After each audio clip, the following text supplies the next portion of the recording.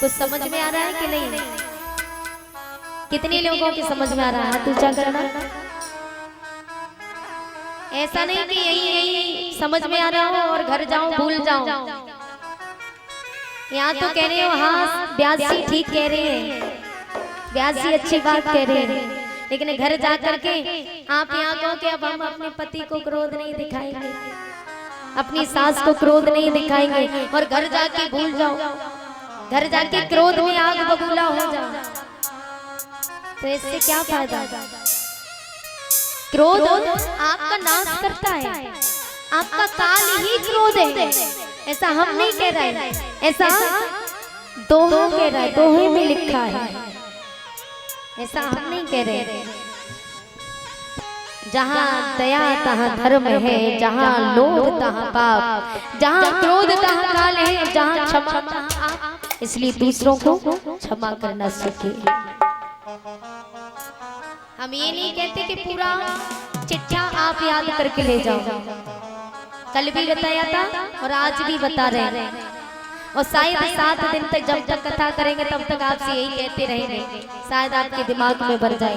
ये कथा इसलिए नहीं, मनोरंजन के लिए नहीं, बल्कि ये कथा इसलिए करके समाज सुधार के लिए। हम कोई आपको उपदेश, कोई आदेश नहीं कर रहे, हमारी क्या औकात है जो हम आपको आदेश करेंगे।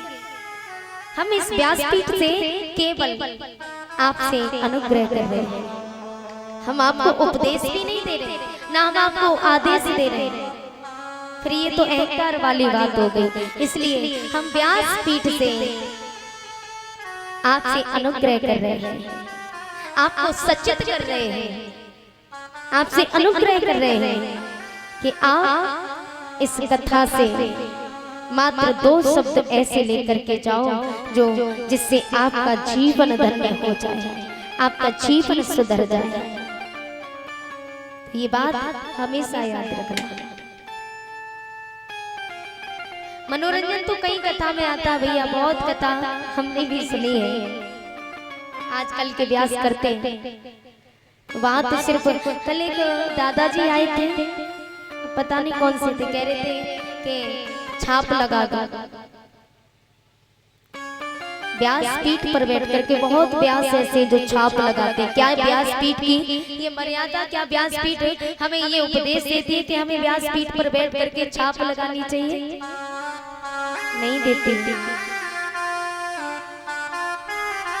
व्यासपीठ पर बैठ करके सभी, ये हमें भगवान ने अवसर दिया जो हम भगवान की गोद में बैठे हैं। भला कहाँ हमारी औकात थी जो हम साक्षात भगवान की गोद में बैठ पाते? ये भगवान की गोद ही तो है, व्यास गद्दी।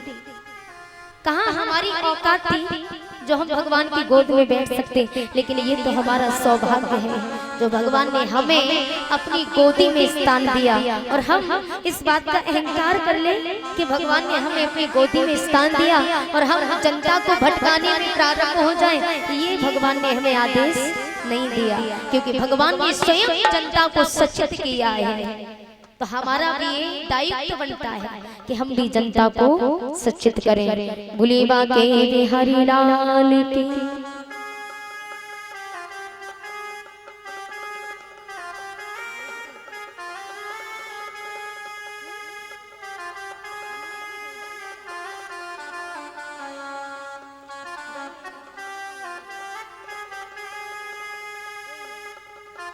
चलिए हमारा चलिए श्री राधा। बोली गोविंद भगवान की जय, जय श्री राधे। श्री सीत जी कहते हैं सोनकादिक भगवान श्री कृष्ण द्वारका में जाते हैं। महाराज परीक्षित का जन्म होता है उत्तरा मैया के गर्भ से। महाराज परीक्षित एक दिन वन में शिकार खेलने के लिए जाते हैं। शिकार खेलने के लिए गए तो वन में सामने से एक गाय माता चली आ रही।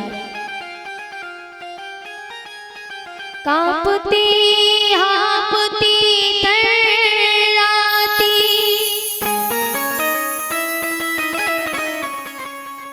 थमती है कहीं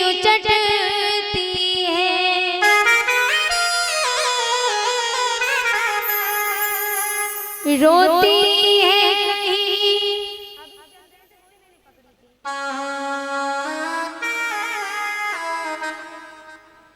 आज महाराज परीक्षित इस समय आगे बढ़े। रोती है कहीं रवाती है, चलती है कहीं अटकती है।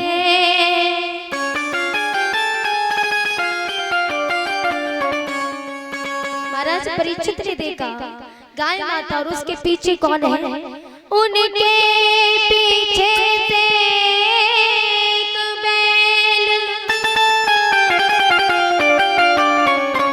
घबराया भागा आता है।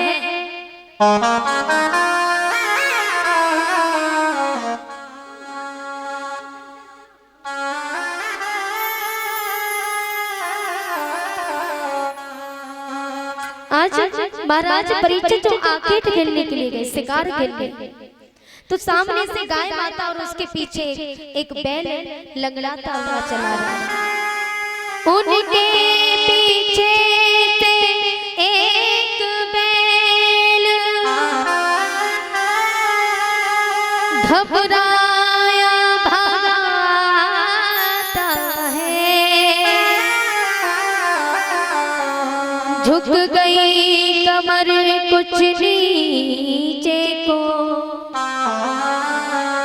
कुछ कुछ लंगड़ाता आता है।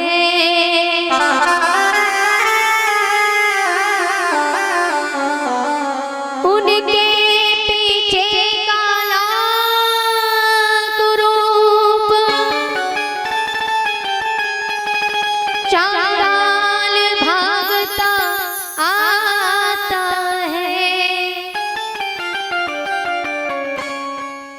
जब उसका मुतकल पड़ता है तो भूमंडल थर्राता है।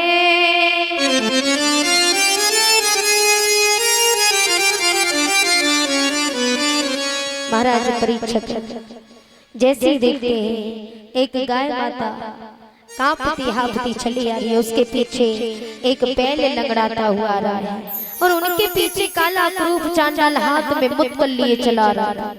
महाराज परीक्षित ने कहा आप कौन हैं? हे देवी आप रो क्यों रही हो? गाय माता ने कहा महाराज मैं गाय माता हूँ। गाय माता ही धरती माता है जिसके ऊपर हम और आप बैठे हैं। आसन लगा कर ये जो मकान बने, गाड़ी घोड़ा बंगला ये जो सब चलता है ना, ये धरती माता ही गाय माता है। जैसे मान लीजिए आप अभी परीक्षित महाराज हो, जब कथा नहीं हुई थी तब आपका नाम लोग कुछ और कहते, अब आप क्या बन गए? परीक्षित महाराज। लेकिन आप हो तो वही, चाहे आपके नाम कितने भी रख जाएं, लेकिन आप रहोगे केवल एक ही।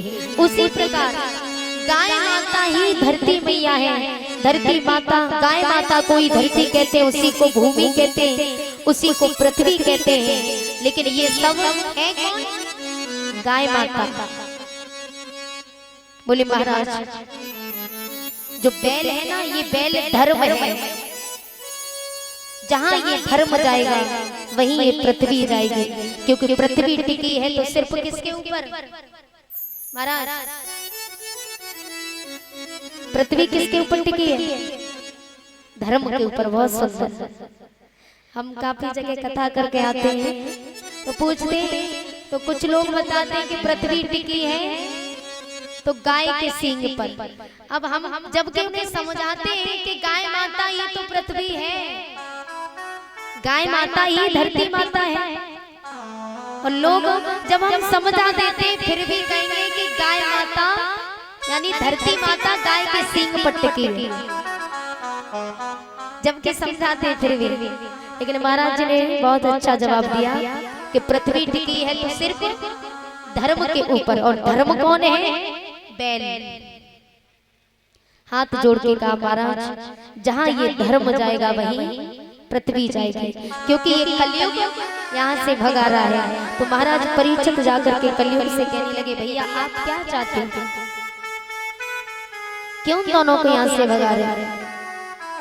बोले महाराज सब अपने अपने तरीके से यहाँ रहे, मैं भी अपने तरीके से राज्य करना चाहता हूँ, मैं भी रहना चाहता हूँ। सत्युग त्रेता द्वापर सब अपनी मनमानी से रहे, बारी मेरी है, मैं कल युग भी हूँ और कर युग भी हूँ। आपने देखा होगा अभी कितना पाप हो रहा है, तो पृथ्वी धर्म के ऊपर टिकी है। धर्म आप जैसे सज्जन पुरुष करते तभी तो धर्म होगा। आप इसलिए हम कहते हैं कि सनातन धर्म को बचा करके रखो। अरे जब सनातन धर्म ही नहीं रहेगा तो हम और आप कहां से आएंगे, कहां से फिर मौज मस्ती करोगे, कहां से जीवन जियोगे जब धर्म ही नहीं रहेगा? तो धर्म ये नष्ट जो धीरे धीरे हो रहा है ना, अनुग्रह करूंगी सभी से कि अपने सनातन धर्म को बचा करके रखिए। धर्म की रक्षा आप करोगे, धर्म आपकी रक्षा करेगा। धर्मे धर्मो रक्षते, जो धर्म की रक्षा करते हैं धर्म उनकी रक्षा करता है। इसलिए आप अपने धर्म को बचा करके रखो। जिस दिन धर्म नष्ट हो गया पूरी पृथ्वी का नाश हो जाएगा, फिर कोई नहीं बचेगा।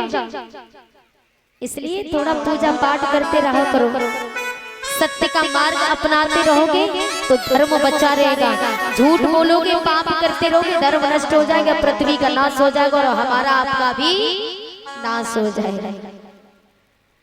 कलयुग से जाके कहा, तो कलयुग जो है